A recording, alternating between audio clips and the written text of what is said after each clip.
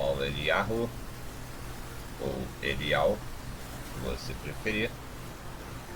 Então, não querendo ofender a religião de ninguém, mas observando e questionando as escrituras, né?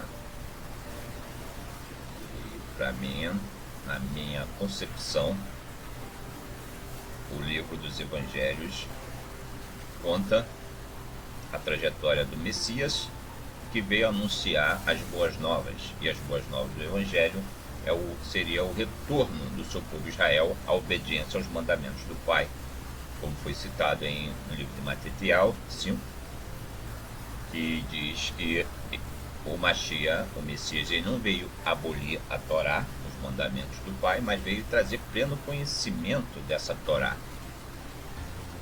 Tendo em vista que o livro dos Evangelhos foi escrito há 300 anos depois do fato, né, pelos gregos, não havia nenhum tipo de interesse dos judeus, no caso dos líderes saduceus, né, dos escribas, dos fariseus, de escrever a história de Yahushua, de Jesus.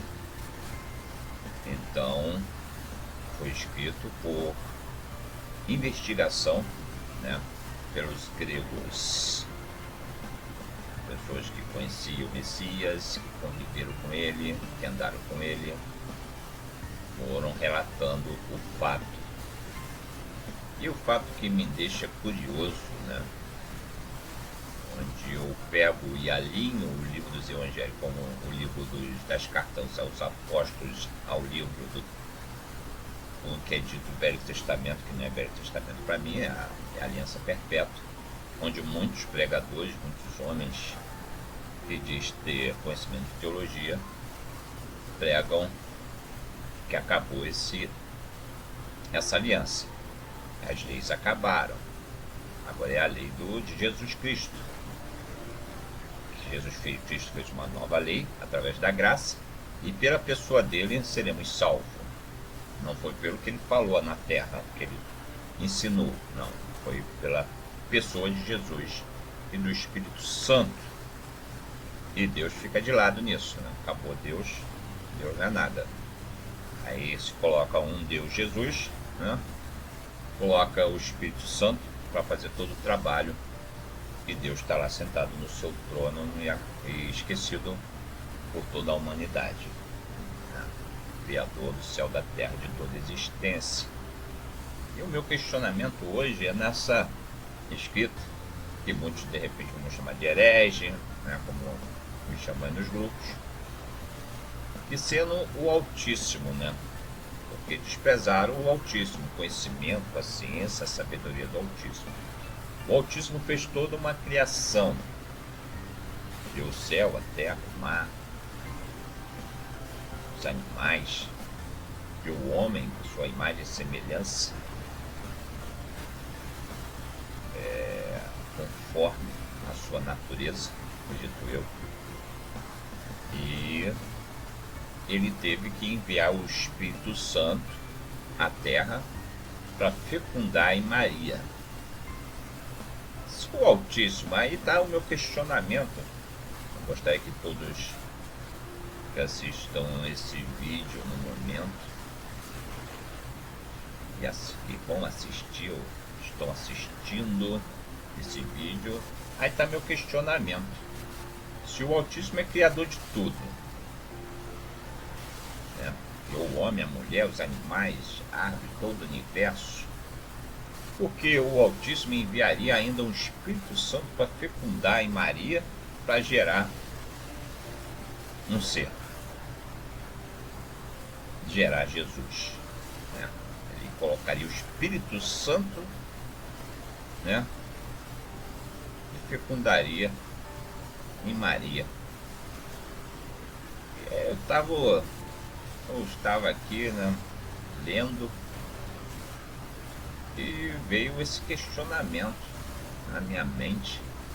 O Criador criou todas as coisas, criou o homem e a mulher, criou a Torá, os mandamentos para o homem observar e obedecer. O homem ter conhecimento que não pode cobiçar, não pode mentir, não pode ocultar, roubar. tem que honrar os seus pais, né? Não pode cobiçar nada de ninguém. E acredito que o povo hebreu, que deu origem, né, a essas leis, né, por tradição, por regra de vida, tanto Maria como José, Yosef, observava essas leis e cumpria, se dedicava, eram fiéis nesses regulamentos. Para que eles não poderiam eles mesmos resolver colocar o Filho do Altíssimo na terra como parte da criação, precisaria o Altíssimo mandar um Espírito Santo, né, e fecundar uma terceira pessoa, né, como dizem, da Trindade, fecundar em Maria para ter o Filho amado.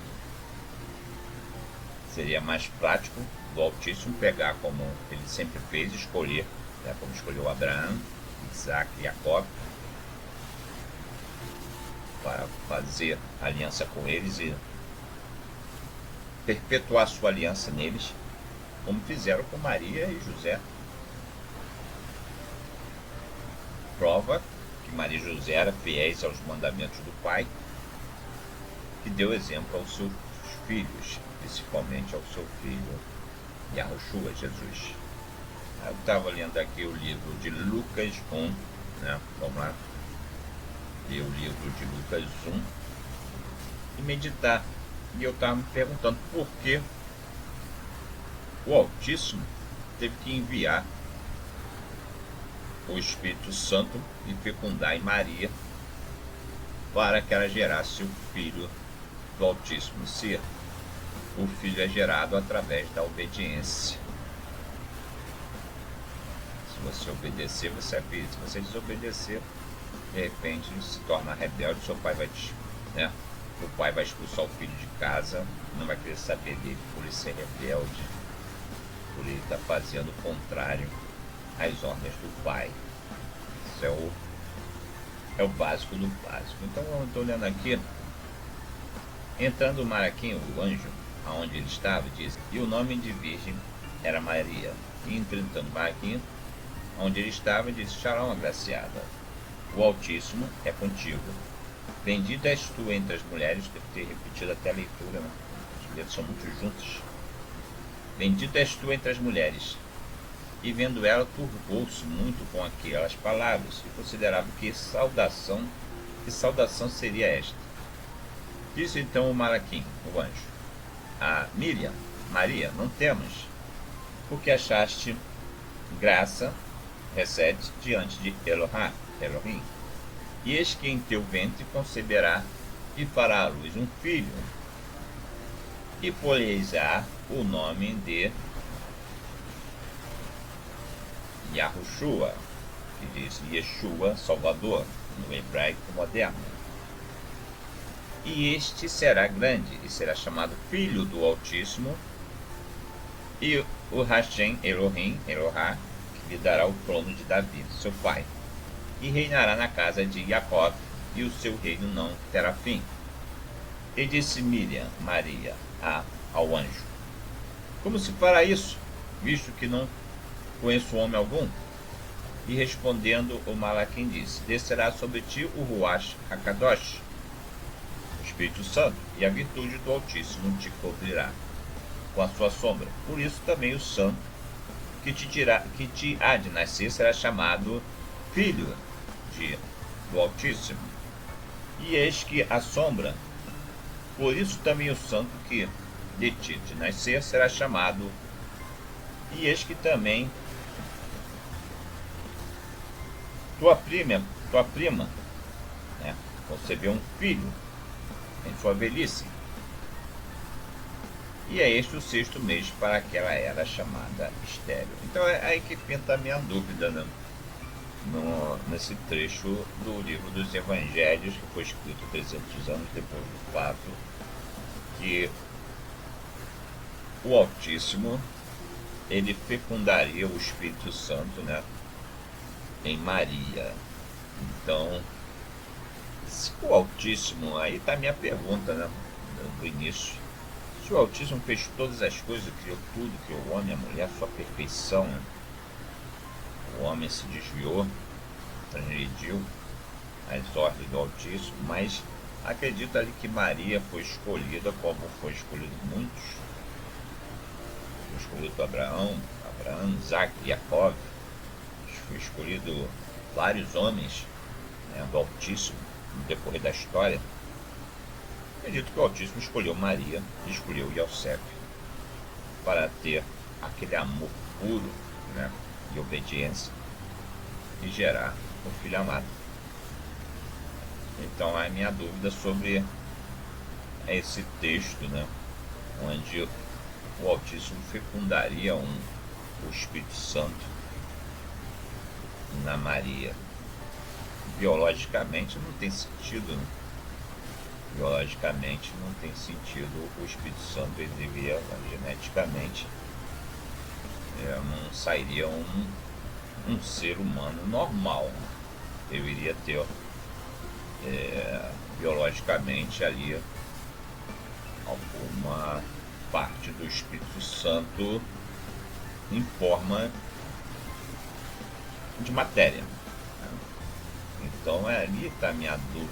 Se Yahushua veio 100% homem, ele deveria ser fecundado por homem e mulher, por seres humanos, não por uma divindade espiritual.